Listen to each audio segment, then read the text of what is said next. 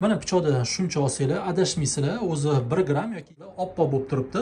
Buni chayqatib olsanglar, mana qop-qora bo'ladi. Assalomu alaykum qadrli do'stlar. Bugun ham sizlarga geran gulini chaman va chiroyli gullatadigan bitta zo'r oziqa haqida gapirib bermoqchiman. Bu oziqani har qanaqa gullaydigan xona gullari uchun ishlatsanglar bo'ladi. Misol uchun geran, kitayskiy roza, bugenvilya, spatifilum, anturium, orxideya, dekabris, malachaymilia, guzmaniya, gardeniya, gortenziya, azaliya va boshqa gullaydigan xona gullari uchun. Kanalimizda obunachilari bu oziqani juda ham yaxshi bilishadi. Ko'pchilik ishlatib natijasini ko'rishgan. Natijani har doim juda ham tez ko'rsatadi. Bu Artifact Sagrachemmi 05050 oziqasi.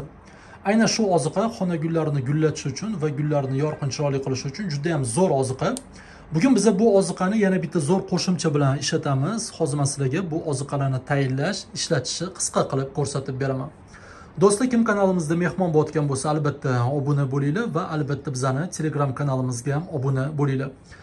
Aynan hozir Telegram kanalimizda geranni parvarish haqida batafsil gaplashyapmiz. Qanaqa tuproq ishlatish kerak, qanaqa tuproq tayyorlash kerak, qanaqa sug'orish kerak, qanaqa kasalliklari bor. Bugun misol uchun oziqalar haqida batafsil gaplashdik va kechki payt oziqalarini yillik jadvalini tashlaymiz. Albatta kirib o'zingizlarga yuklab olinglar. Bugun biz 05050 oziqasiga agroimmunni qo'shib ishlatamiz. Agroimmun haqida men sizlarga gapirib bergan edim. Agroimmun bu tabiiy oziqa va ildizni himoya vositasi. Agroimmunni tarkibida foydali bakteriyalar bor. Bu bakteriyalar tuproqda ildizni chiritadigan zamburug' patogenlarga qarshi kurashadi. Xuddi fitosparinga o'xshab ishlaydi. Bilasizlar, geranda chirishga moyilligi ozgincha kuchliroq, shu uchun bu oziqalarni yoki shunga o'xshash oziqalarni albatta ishlatib turinglar. 15 kunda, 20 kunda bir marta yoki oziqa bilan yoki o'zini albatta ishlatib turinglar. Birinchi bo'lib biz 05050 ni tayyorlab olamiz. 1 litr suvga har doimdek 1 gram solamiz. Sizlar 1 grammi yoki qoshiqni uchida yoki pichoqni uchida o'lchab olsanglar bo'ladi. Agar taroziylar, kichkina taroziylar bo'lsa, tarozi orqali ham o'lchab olsanglar bo'ladi. Mana pichoqda shuncha olsanglar, adashmaysizlar, o'zi 1 gram yoki 2 gram solsanglar. 1 litr suvga 1 gram 05050 ni soldik. Oziqamiz erib ketdi. Endi agroimmunni qo'shamiz. Agroimmunni ishlatishdan oldin har doim chayqatib olinglar. Buni aralashtirib olish kerak, chunki buni cho'kadigan odati bor. Hozir men sizlarga buni yaqqol ko'rsatib beraman. Agroimmunni biz 1 litrga 50 gram, 100 gram qo'shamiz. 50-100 gram qo'shsanglar bo'ladi. Agar buni me'yori oshib ketsa, buni qo'rqinchli joyi yo'q, chunki bu tabiiy narsa. Mana men shu idishdan agroimmunni solib qo'yganman. Mana bir kun oldin solib qo'yganman. Mana ko'rib turibsizlar, oppoq bo'lib turibdi. Buni chayqatib olsanglar, mana qop-qora bo'ladi. Shu uchun albatta ishlatishdan oldin buni yaxshilab chayqatib olinglar. Hozir biz shu idishdan 1 litr suvimizga solamiz. Do'stlar, bu idishchada agroimmun 200 gram, biz 1 litrga 50 gram, 100 gram qo'shishimiz kerak.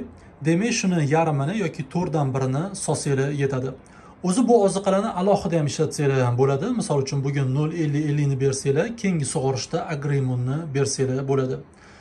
Lekin birga berish qulay. O'zi agroimmunni har qanaqa oziqalar bilan birga ishlatsa bo'ladi, chunki bu kimyoviy oziqa emas, bu tabiiy oziqa.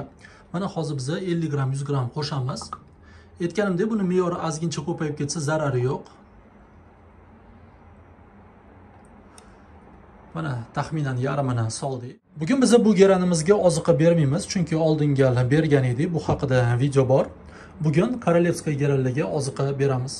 Kecha biz tuprog'ini bir kun oldin namlab olgan edik. Hech qachon oziqalarni quruq tuproqga bermanglar. Berishdan oldin ozgincha oddiy suv bilan namlab olinglar. Endi mana oziqani beramiz. Bu oziqani o'zi har qanaqa oziqani xona gullari uchun 10 kun, 15 kunda bir marta berishinglar kerak. Albatta oziqalarning masofasi 10 kun, 15 kun bo'lsin. Tabiiy oziqalarni misol uchun ko'proq bersa bo'ladi, lekin kimyoviy oziqalarni orasi 10 kun, 15 kun bo'lishi kerak. Bu oziqani biz faqat tuproq orqali beramiz, ildiziga quyib. Chunki geran bargiga suv sepgandan yoqtirmaydi. Qolgan o'simliklarga bargidan ham bersanglar bo'ladi. Mana ozgincha qo'ysanglar yetadi. Misol uchun shunaqa hajmdagi geranlarga bir pela qo'ysanglar ham bo'ladi. Kattaroq gullarga bir kosa qo'ysanglar yetadi.